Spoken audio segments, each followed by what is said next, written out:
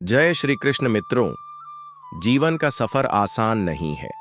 कभी कभी हम ऐसे मोड़ों पर पहुंच जाते हैं जहां रास्ते तो कई होते हैं, लेकिन समझ नहीं आता कि कौन सा सही है।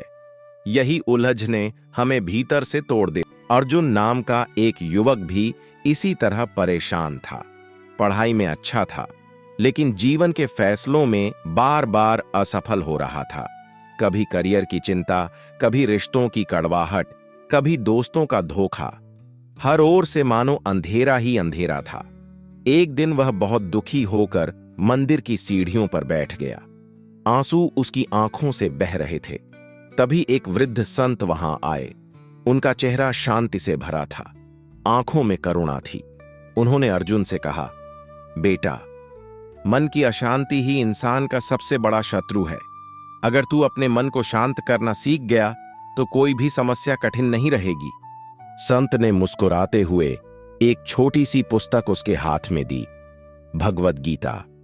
उन्होंने कहा, जब भी उलझन हो इसे खोलना, उत्तर यहीं मिलेगा। उस रात अर्जुन ने पहली बार गीता खोली और पहला श्लोक पढ़ा, कर्मण्येवाधिकारस्ते मां फलेषु कदाचन। अर्थात तेरा अधिकार केवल कर्म करने में है, फल पर नहीं। यह पढ़ते ही उसके मन में एक नई रोशनी जली।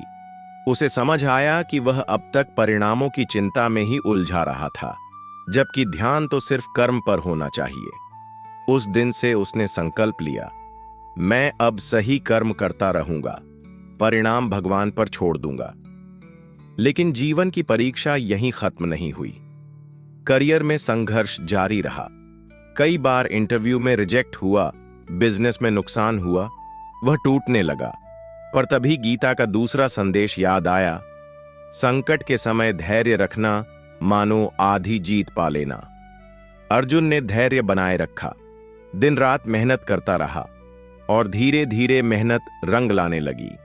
रिश्तों में भी उसे चोट पहुंची। कभी सबसे करीबी दोस्त ने धोखा दिया, कभी परिवार ने उसकी भावनाएं न समझी। उसका दिल दुख से भर गया।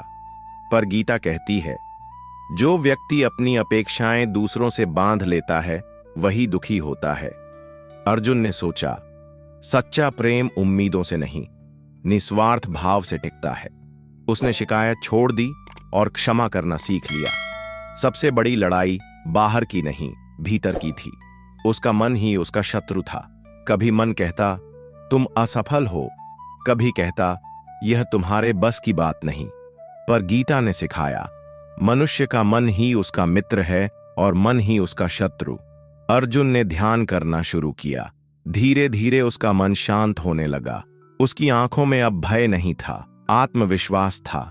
समय बदला, उसकी मेहनत ने सफलता दी। लेकिन अब वह बदल चुका था।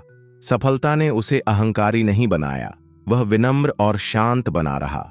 उसने जीवन का सबसे बड़ा रहस्य जान लिया था, पैसा सब कुछ नहीं है, रिश्ते उम्मीदों से नहीं, प्रेम से टिकते हैं, और असली जीत है अपने मन पर नियंत्रण। अब अर्जुन अक्सर लोगों से कहता, गीता पढ़ो, इसमें जीवन का हर उत्तर है। मित्रों, यह कहानी केवल अर्जुन की नहीं है, यह हम सब की कहानी है। हम सब कभी न कभी उलझन में होते हैं, लेकिन श्री कृष्ण का उपदेश आज भी उतना ही जीवंत है जितना महाभारत के समय था। याद रखो, कभी हार मत मानो, अपने कर्म करते रहो, मन को शांत रखो और विश्वास रखो कि समय जरूर बदलेगा। क्योंकि श्री कृष्ण कहते हैं, जो हुआ वह अच्छे के लिए हुआ, जो हो रहा है वह भी अच्छे के लिए हो रहा है, और जो होगा वह भी अच्छे के लिए ही होगा।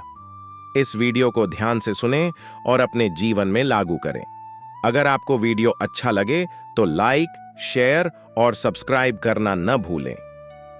जय श्री कृष्ण।